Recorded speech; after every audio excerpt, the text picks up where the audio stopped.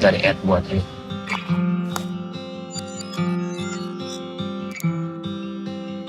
Hai Dita. Langit dan laut saling membantu. Di ekosistem film Indonesia itu berat banget ya jawabnya ya. Tapi yang pasti sekarang kita berusaha untuk membuka kesempatan ke banyak talenta yang ada di Indonesia gitu. Seperti yang teman-teman tahu, film Kukira Kau Rumah, kita juga pakai aktor yang mungkin pada saat itu belum dikenal, terus akhirnya bisa dikenal lewat film kita. Begitupun juga krunya, orang-orang yang bekerja di balik layar juga kayak gitu. Jam kerja dan hak-hak para aktor dan para kru yang kita perhatikan dan selalu kita pikirkan juga. Begitupun juga di film Ketika Berhenti di Sini gitu. Kita pasti akan memikirkan kepentingan aktor kita, kepentingan kru kita, sehingga kita bisa membangun ekosistem cara kerja yang baik gitu untuk industri ini gitu. Membuka banyak lapangan kerja untuk banyak orang, dan khususnya visi aku tuh pengen bikin generasi muda itu nggak takut untuk terjun ke industri film. Karena sampai saat ini industri film itu dianggap sebagai industri yang tidak stabil, fluktuatif, nggak tahu penghasilannya dari mana.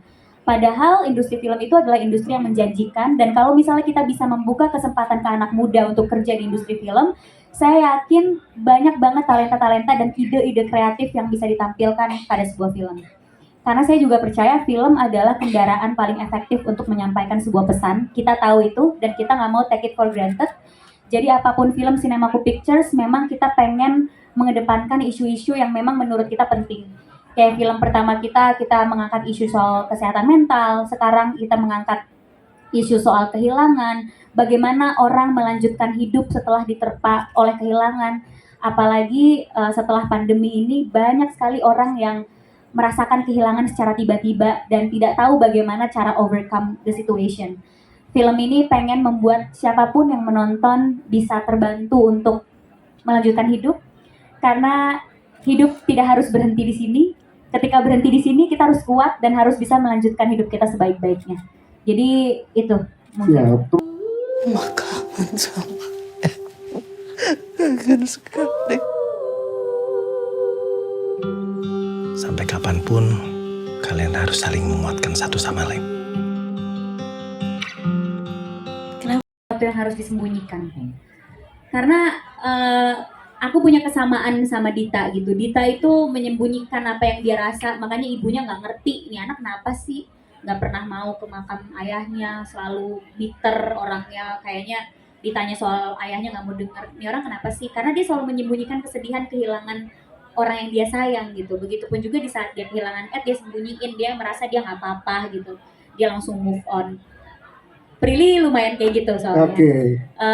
Depan orang tua nggak pernah nangis, depan temen pokoknya terkenalnya sebagai Prilly yang bubbly banget, ramah banget gitu. Pokoknya nggak bakalan ada yang tahu kalau aku sedih, stres gitu. Pas syuting Ketika Berhenti di Sini, aku sadar bahwa oh pantas orang tua aku jarang ngerti aku kalau aku capek gitu. Oh pantas teman-teman aku suka ngeledekin aku kalau aku kenapa-kenapa, karena aku nggak pernah menunjukkan kesedihan itu. Aku selalu menunjukkan ke orang bahwa hidup aku sempurna dan hidup aku baik-baik aja. Tapi itu ternyata salah, karena orang-orang terdekat kita akhirnya nggak bisa menjadi support system yang baik.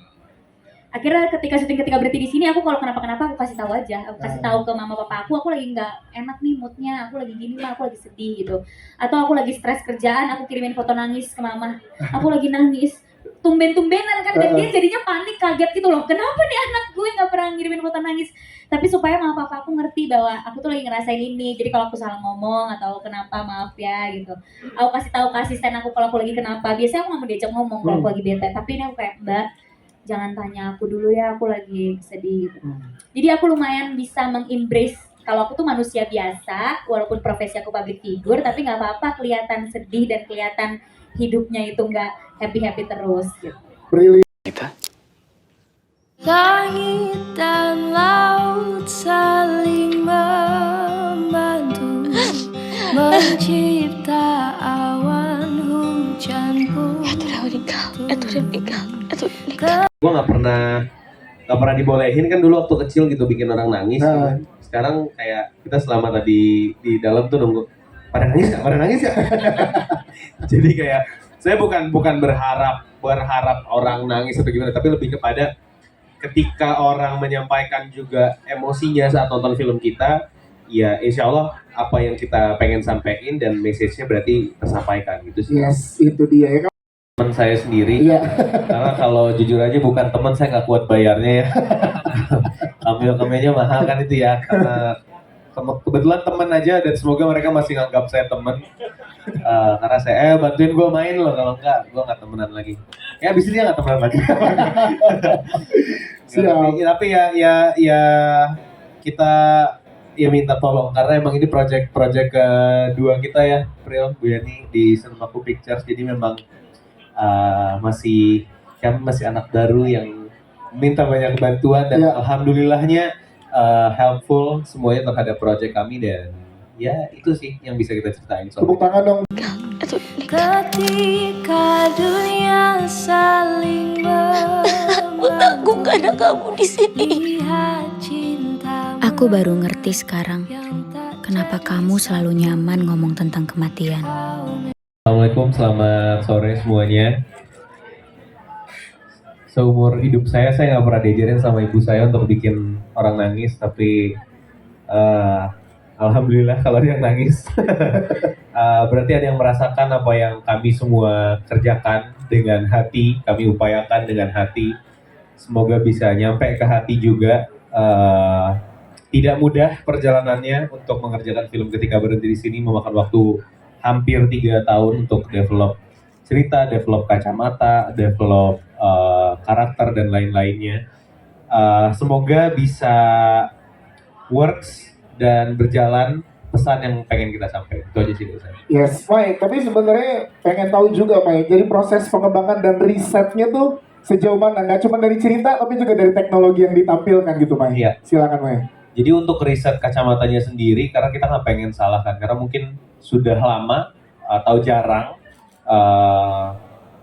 film Indonesia yang bertema sci-fi atau fantasy romance gitu. Jadi kayaknya ada risk yang harus diambil sama tim Cinemaku, tim development Cinemaku Pictures. Dan kita juga riset materinya bareng sama Kak Alim, sama tim research and development untuk augmented reality, artificial intelligence-nya cukup makan waktu yang rada panjang dan memang cukup berbelit-belit karena memang materi yang bukan atau belum sehari-hari kita temuin gitu kali ya. Jadi ya memang cukup panjang dan cukup melelahkan, but so far menyenangkan sekali karena kita bahas sesuatu yang memang jarang dibicarakan lagi. Yes. Aku baru ngerti sekarang kenapa kamu selalu nyaman ngomong tentang kematian. Cuma kamu sebagai anak yang tidak pernah bisa mengikhlaskan. Kamu sudah tahu dia akan datang padamu. Ini mungkin karakter yang memilih pemainnya akhirnya bisa melewati journey ini bersama manusia-manusia spesial ini. Aku awalnya lumayan berpikir aku gak ada koneksinya, soalnya alhamdulillah aku belum pernah kehilangan segitu signifikan. Tapi karena proses ini, karena melihat orang-orang setiap kota, aku jadi belajar untuk menghargai setiap waktu aku punya sama orang-orang tersayang.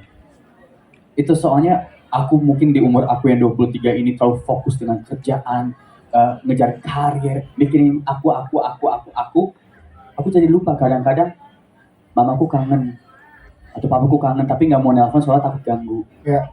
Tapi padahal mereka cuma pengen aku telepon aja kayak, halo ma, pa, apa kabar, lagi apa ma, 5 menit doang sehari. Dan karena egoisnya aku yang belum sadar di saat itu, aku jadi lupa dengan hal itu. Dan akhirnya dengan film ini lihat reaksi-reaksi orang yang mungkin udah tidak bisa melewati atau mengalami itu lagi, aku jadi menghargai waktu banget. Bukan hanya sama orang tua, tapi juga pacar, sahabat, kerjaan, momen. Jadi sekarang aku benar-benar bersyukur dan benar-benar coba resapi setiap detik yang aku di hidup ini nih. Soalnya bisa aja aku kehilangan seseorang atau aku sudah tidak ada di dunia ini. Jadi kalau emang buat kalian semua yang sudah nonton filmnya, tolonglah jangan malu-malu untuk ucapin perasaan kalian ke orang-orang tersayang. Ya. Jangan lupa sama orang tersayang, soal kita nggak pernah tahu. Kita nggak pernah tahu, cuma Allah doang yang tahu ke waktu kita kapan. So terima kasih banget, bukan hanya buat kesempatan main di sini, tapi untuk insya Allah jadi orang yang lebih baik. Thank you so much. Siap. Dia akan datang padamu. Ini mungkin bagian dari khayalan kamu. Mendahuluiku. Aku nggak bisa cepet-cepet ikhlas. Aku nggak bisa kayak ibu aku yang langsung ngelanjutin hidupnya tanpa ayah aku. Seakan kamu sudah tahu batas waktumu. Seenggaknya tuh kita cari cara apapun untuk bisa coping sama kehilangan. Nah, pas yang di roadshow kemarin tuh bener-bener dia mau ngomong nggak jadi. Mungkin memang sebelumnya kehilangannya terlalu cepat atau mungkin memang terlalu berat.